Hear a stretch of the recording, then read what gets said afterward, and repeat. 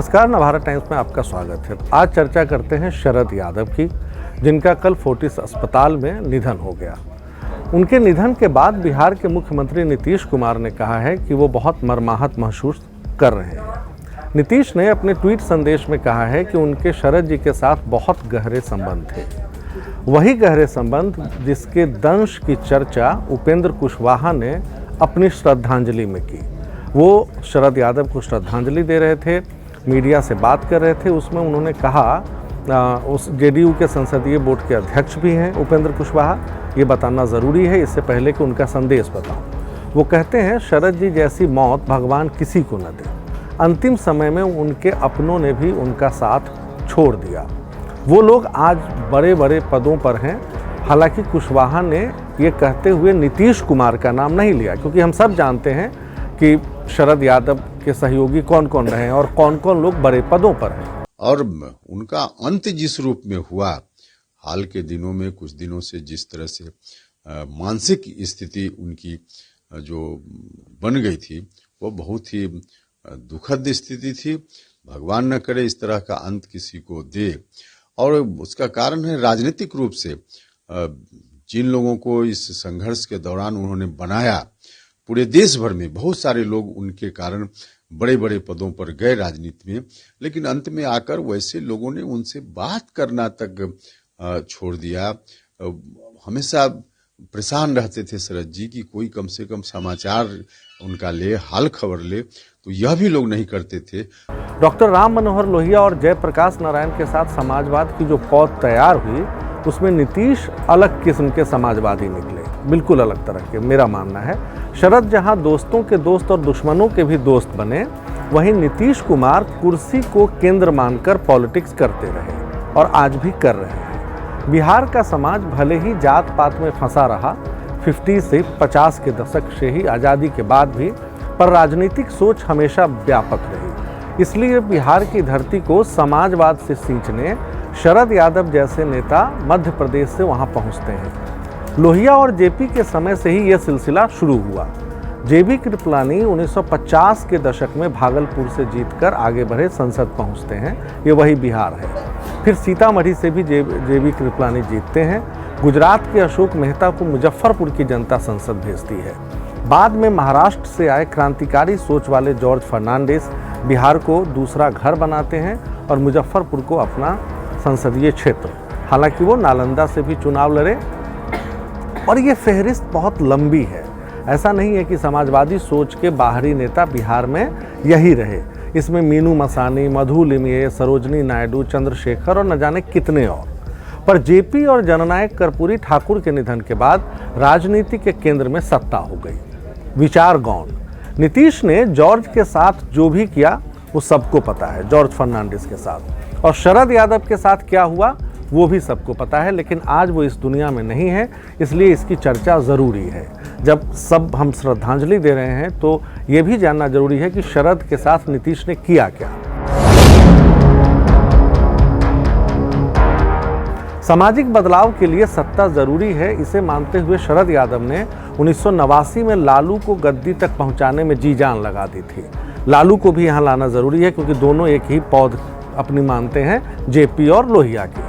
तब मांडू के राजा और पीएम वीपी सिंह ने रामसुंदर दास को सीएम बनाने के लिए जॉर्ज और सुरेंद्र मोहन को पटना भेज दिया था।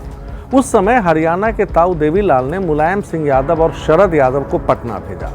टास्क क्या था? तीसरे यादव यानी लालू को विधायक दल का नेता बनवाना, ताकि वो सीएम की कुर्सी तक पहुंचे। तब लालू ने चंद्रशेखर और नीतीश को भी अपने पाले में ले लिया था। ये बात 1989 की है। महीना था फरवरी का आखिर और मार्च का पहला हफ्ता। वही सीएम बने, लालू फिर बनते हैं सीएम। और लालू ने जब समाजवाद को भ्रष्टाचार से सींचना शुरू किया तो शरद और नीतीश ने मोर्चा खोला। जेडीयू के संस्थापक अध्यक्ष शरद यादव ने नीतीश को सीएम की कुर्सी पर बिठाने के लिए लालू को उनके घर में घुसकर मात दी। तब एक नारा बहुत चर्चित था बिहार में, जब तक रहेगा समोसे में आलू तब तक रहेगा बिहार में लालू। आप इसको जानते होंगे। इस मिथक को शरद ने 1999 में तोड़ दिया। रोम में पोप और मधेपुरा में गोप का नारा देने वाले लालू को शरद ने वहीं से पटखनी दे दी, यानी मधेपुरा से। ये जीत जो थी वो 1995 के विधानसभा चुनाव में नीतीश को मिली मात के बाद उनके लिए बूस्टर की तरह थी, क्योंकि तब नीतीश कुमार ने राजनीति से संन्यास लेने की बात कह दी थी। वो इतने निराश थे, लेकिन शरद यादव की इस जीत ने उनको एक आत्मविश्वास पैदा किया कि वो लालू को बिहार से खदेड़ सकते हैं राजनीतिक तौर पर। इसी बूस्टर डोज के बाद नीतीश जो है वो चमकते गए बिहार की राजनीति में। उधर शरद यादव अटल जी की कैबिनेट में शामिल होते हैं और दिल्ली में एनडीए का संयोजक रहते हुए नीतीश का हाथ मजबूत करते हैं। जब 2005 के अक्टूबर में बिहार में दूसरी बार चुनाव हुआ तो नीतीश पहली बार कुर्सी पर काबिज हो गए। तब शरद यादव राज्यसभा में थे, क्योंकि 2004 का चुनाव वो हार गए थे। 2009 में उन्होंने फिर से लालू को हराया और वो फिर लोकसभा पहुंचे, लेकिन इस बीच 5 से लेकर 9 के बीच उन्होंने कुर्सी की चिंता कभी नहीं की। नहीं तो तमाम ऐसे उदाहरण हैं जिसमें ये आप पाएंगे कि केंद्र में रहा मंत्री राज्य में मंत्री बन सकता था। इसी चुनाव में खांटी समाजवादी जॉर्ज का टिकट नीतीश ने काट दिया था। निर्दलीय लड़े वो, लेकिन हार गए। अगर नीतीश ने टिकट दिया होता तो अटल जी और कमलनाथ के बाद 10 बार लोकसभा की दहलीज पर पहुंचने वाले नेता बन सकते थे जॉर्ज फर्नांडिस। इस घटना से शरद यादव बहुत आहत हुए, लेकिन नीतीश को अपना नेता मान चुप रहे। इस बीच यूपीए की सरकार पर उन्होंने जबरदस्त दबाव डाला, क्योंकि यूपीए की सरकार थी मनमोहन सिंह की। और आपको याद होगा 2011 में जो सोशल इकोनॉमिक सेंसस हुआ, जिसकी रिपोर्ट कभी सामने नहीं आई, उसे कराने में शरद यादव की बहुत अहम भूमिका थी। उन्होंने बहुत दबाव बनाया। आज अगर नीतीश कुमार बिहार में जातीय जनगणना करा रहे हैं और मोदी की पॉपुलैरिटी में सेंध लगाकर ओबीसी चैंपियन बनना चाहते हैं, तो उसकी बुनियाद भी शरद यादव ने रखी थी। ये नीतीश को याद रखना चाहिए कि शरद यादव ने उनके लिए क्या क्या किया और शरद यादव के साथ उन्होंने क्या क्या किया। जब मोदी विरोध के नाम पर नीतीश 2013 में भाजपा से अलग हुए तो शरद यादव ने उनका पूरा साथ दिया। शरद दरअसल वैचारिक तौर पर बिखरे हुए जनता परिवार को जोड़ना चाहते थे। ये उनकी इच्छा थी कि भाजपा के खिलाफ ये सारे जो धड़े हैं वो एक आए। लालू के साथ नीतीश को जब वो ले आए और 2015 में बिहार जीत ली, इससे उनका हौसला और बढ़ा था। उन्होंने तब एक कोशिश की, वो मुलायम सिंह यादव समेत बाकी राज्यों में जनता दल के जो ऑफशूट्स थे, यानी जनता दल से निकलकर बनी पार्टियां जो थी, उनको एकजुट करने की एक कोशिश की, जो परवान नहीं चढ़ पाई।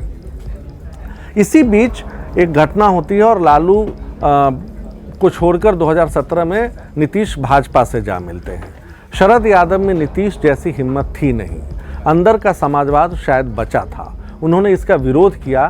फिर तय था कि उनका हश्र भी जॉर्ज वाला ही होने वाला है, जो जॉर्ज फर्नांडिस के साथ हुआ। नीतीश का विरोध मतलब फिनिश्ड। नीतीश ने पहले उन्हें राज्यसभा के नेता पद से हटाया, फिर राज्यसभा की सदस्यता से अयोग्य साबित करा दिया, और जब शरद सुप्रीम कोर्ट गए तो नीतीश ने उसके पीछे अपने दाहिने हाथ रामचंद्र प्रसाद सिंह यानी आरसीपी सिंह को लगा दिया। शरद तो हार गए, आरसीपी उनकी जगह राज्यसभा में नेता बनाए गए। और फिर नीतीश ने आरसीपी के साथ क्या किया, ये भी अब आप सबको पता है कि पिछले साल कैसे उनको भी तिनके की तरह नीतीश कुमार ने जेडीयू से निकाल फेंका और आज वो नीतीश के खिलाफ नुक्कड़ सभाएं कर रहे हैं। खैर, राज्यसभा की सदस्यता जाने के बाद शरद यादव बहुत आहत हुए। उन्होंने एक अलग पार्टी भी बनाई। 3 साल तक उन्होंने पटना का रुख नहीं किया, वो इतने दुख दर्द में थे, जिसकी चर्चा उपेंद्र कुशवाहा ने कर ही दी। 2020 में जब वो पटना आए तो अपने पुराने साथी लालू से मिले और फिर बात बढ़ती गई और पार्टी का विलय उन्होंने आरजेडी में करा दिया।